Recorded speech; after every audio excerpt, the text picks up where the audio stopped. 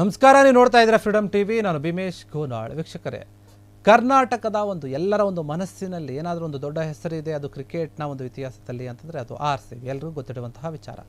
ಕನ್ನಡಿಗರ ಸ್ವಾಭಿಮಾನ, ಅಭಿಮಾನ ಸಂಕೇತವಾಗಿ ತೆಗೆದುಕೊಳ್ತಾರೆ. ಮತ್ತು ಏನೋ ಒಂಥರ ಕರ್ನಾಟಕದಲ್ಲಿರುವಂತಹ ಜನರಿಗೆ RCB ತಂಡ ಎಮೋಷನಲ್ ಆಗಿ ಕನೆಕ್ಟ್ ಆಗಿದೆ. ಈ ವಿಚಾರ ಎಲ್ಲರೂ ಕೂಡ ಗೊತ್ತು. ಯಾಕಂದರೆ ಇಷ್ಟು ವರ್ಷ ಕಪ್ ಗೆದ್ದಿರಲಿಲ್ಲ, ಕಳೆದ ಸೀಸನಲ್ಲಿ ಕಪ್ ಗೆಲ್ತು. ಆ ನೋವೇನಿತ್ತು, ಆ ಕೊರಗನ್ನು ಕೂಡ ನೀಗಿಸಿ ಎಲ್ಲರೂ ಕೂಡ ಖುಷಿ ಆಗಿದ್ದಾರೆ. ಮುಂದಿನ ಸೀಸನಲ್ಲಿ ಹೇಗೆ ಆಟ ಆಡುತ್ತೆ RCB ಅಂತ ಎಲ್ಲರೂ ಕೂಡ ಕಾಯ್ತಾ ಇದ್ದಾರೆ. ಹೀಗಿರುವಾಗ ಸುದ್ದಿ ಹರಿದಾಡ್ತಾ ಇದೆ. ಅದೇನು, RCB ತಂಡ ಸೇಲ್ಗಿದೆ, ಅದನ್ನು ಸೇಲ್ ಮಾಡ್ತಾ ಇದ್ದಾರೆ ಈಗಿರುವಂತಹ ಓನರು ಅನ್ನುವಂಥ ಮಾತು ಕೇಳಿ ಬರ್ತಾ ಇದೆ. ಹಾಗಾದರೆ ನಿಜಕ್ಕೂ ಕೂಡ ಮಾರಾಟಕ್ಕಿದೆಯಾ? ಹಾಗಾದರೆ ಯಾರು ತಗೊಳ್ತಾರೆ? ಯಾರ್ಯಾರು ಈ ರೇಸ್ನಲ್ಲಿದ್ದಾರೆ? RCB ಫ್ರಾಂಚೈಸಿಯನ್ನು ಕೊಡುತ್ತಾ ಅಂದರೆ ಬಿಟ್ಕೊಡ್ತಾ ಇದೆ ಬೇರೆಯವರಿಗೆ ಮಾಲೀಕತ್ವವನ್ನು ಅಂತಂದರೆ ನಿಜಕ್ಕೂ ಕೂಡ ಯೋಚನೆ ಮಾಡ್ತಾರೆ. ಯಾಕೆ ಇಷ್ಟು ದೊಡ್ಡ ಹೆಸರಿರುವಂತಹ ಈ ತಂಡವನ್ನು ಇಡೀ ಪ್ರಪಂಚದಲ್ಲಿ ಕ್ರೇಜ್ ಅಂತ ಬಂದಾಗ, ಪಾಪ್ಯುಲಾರಿಟಿ ಅಂತ ಬಂದಾಗ ಎರಡನೇ ಸ್ಥಾನದಲ್ಲಿರುವಂತಹ ತಂಡಕ್ಕೆ ಯಾಕೆ ಅವರು ಮಾಲೀಕರು ಬಿಟ್ಕೊಡ್ತಾ ಇದ್ದಾರೆ ಅಂತ ಗೊತ್ತಾಗ್ತಾ ಇಲ್ಲ. ನಿಮಗೆಲ್ಲ ಗೊತ್ತಿದೆ, RCBಯಲ್ಲಿ ಯಾರಿದ್ದಾರೆ? ವಿರಾಟ್ ಕೊಹ್ಲಿ ಇರೋ ತನಕ ಅದರ ಕ್ರೇಜ್ ಯಾವತ್ತೂ ಕಡಿಮೆ ಆಗಲ್ಲ. ಅವರು ಹೋದರೂ ಕೂಡ ತಂಡವನ್ನು ಅಭಿಮಾನಿಸುವಂಥ ಸಂಖ್ಯೆ ತುಂಬ ಇದೆ. ಆದರೆ ಮುಖ್ಯವಾಗಿ ವಿರಾಟ್ ಕೊಹ್ಲಿ ಮತ್ತು ಇನ್ನಿತರ ಎಲ್ಲ ಆಟಗಾರರು ಅಂತ ಬಂದಾಗ ನಾವು RCB ತುಂಬ ಬೆಲೆ ಕೊಡ್ತೀವಿ. ಯಾರೇ ಹೊಸಬರು ಬಂದರೂ ಕೂಡ ಅವರು ನಮ್ಮವರೇ ಅನ್ನೋಂಥ ರೀತಿಯಲ್ಲಿ ನಾವು ನೋಡ್ತೀವಿ. ಆ ರೀತಿಯ ಮನಸ್ಥಿತಿಯನ್ನು ಹೊಂದಿದ್ದೀವಿ.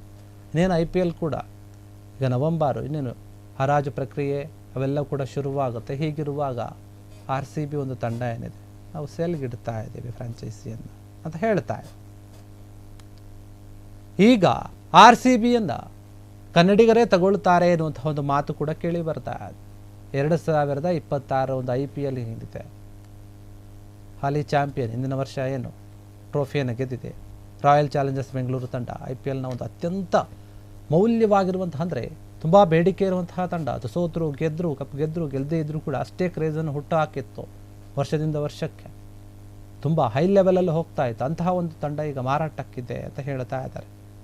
ಡಿಯಾಜಿನೋ ಕಂಪನಿ ಈಗ ಮಾರಾಟಕ್ಕೆ ಮುಂದಾಗಿದೆ ಅಂತ ಹೇಳಲಾಗ್ತಾ ಇದೆ.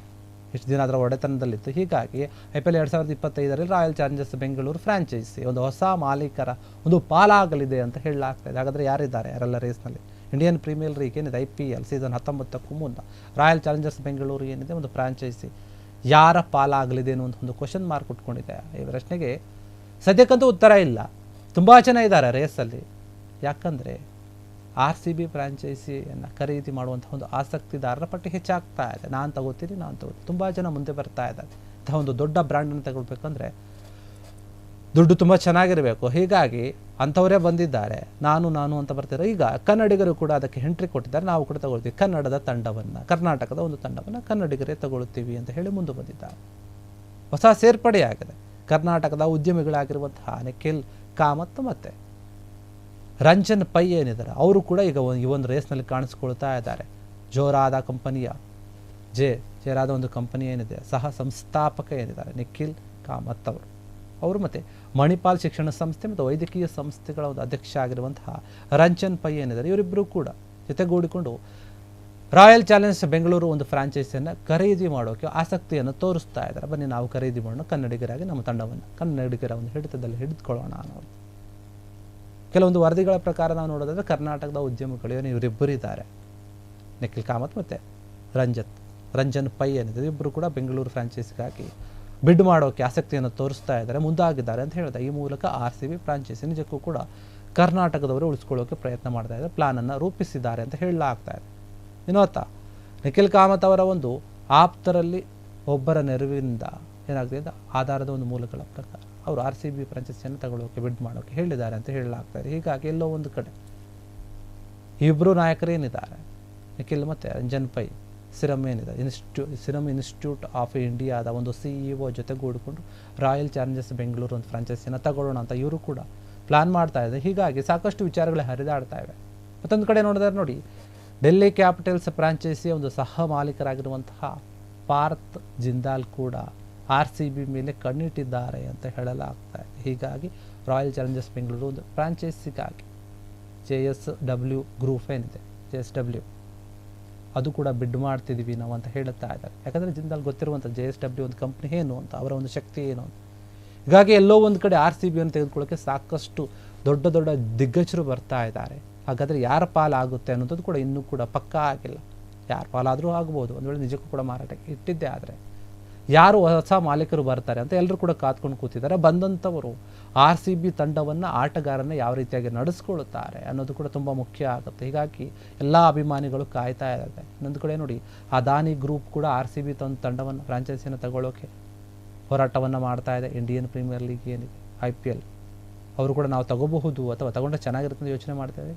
ಹೀಗಾಗಿ ಅದಾನಿ ಗ್ರೂಪ್ ಕಡೆಯಿಂದ ಬಿಡ್ಡಿಂಗ್ನಲ್ಲಿ ಪೈಪೋಟಿ ನಡೀತಾ ಇದೆ. ಒಂದು ವೇಳೆ ಅವ್ರ ಕೈಗೆ ಸೇರಬಹುದೇನೋ ಗೊತ್ತಿಲ್ಲ. ಈ ಒಂದು ಉದ್ಯಮಿಗಳಲ್ಲಿ ಏನಾಗ್ತಾ ಇದೆ ಅಂದರೆ, ದೇವಮಾನಿ ಇಂಟರ್ನ್ಯಾಷನಲ್ ಗ್ರೂಪ್ ಕೂಡ ಇದೆ. ದೊಡ್ಡ ದೊಡ್ಡ ಫ್ರಾಂಚೈಸಿ ಕಂಪ್ನಿಗಳು ಬರ್ತಾವೆ RCBನ ಖರೀದಿ ಮಾಡೋಕ್ಕೆ, ಆದರೆ ಇನ್ನೂ ಕೂಡ ಕನ್ಫರ್ಮ್ ಆಗಿಲ್ಲ. ಹೀಗಿರುವಾಗ ಇದೇ ಒಂದು ವಿಚಾರವಾಗಿ ಚರ್ಚೆ ಆಗ್ತಾ ಇದೆ. ಯಾರು ತಗೋಬಹುದು, ಯಾರಿಲ್ಲ, ಯಾರು ತಗೋಬಹುದು, ಯಾರಿಲ್ಲ.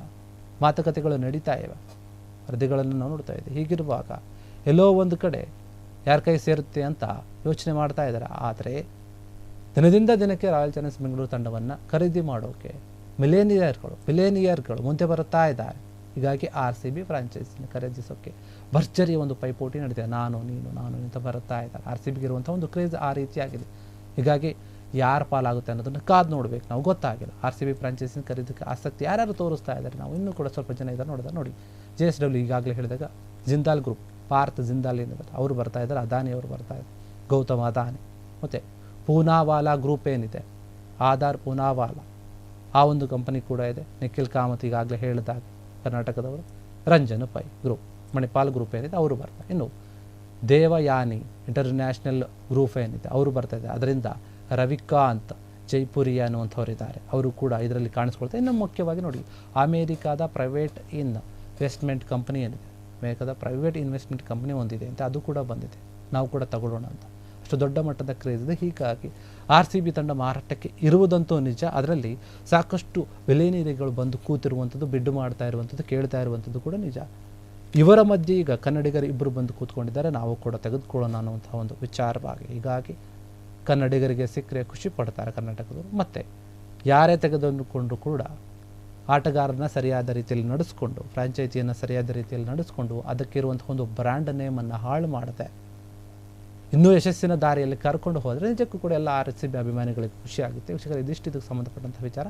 ಕಾದು ನೋಡೋಣ ಯಾರ ಪಾಲಾಗುತ್ತೆ RCBಯ ಒಂದು ಫ್ರಾಂಚೈಸಿ ಅಂತ. ಇದಿಷ್ಟು ಇದಕ್ಕೆ ಸಂಬಂಧಪಟ್ಟಂಥ ವಿಚಾರ. ನೋಡ್ತಾ ಇರಿ ಫ್ರೀಡಮ್ ಟಿವಿ, ಇದು ಜನಸಾಮಾನ್ಯರ ಶಕ್ತಿ.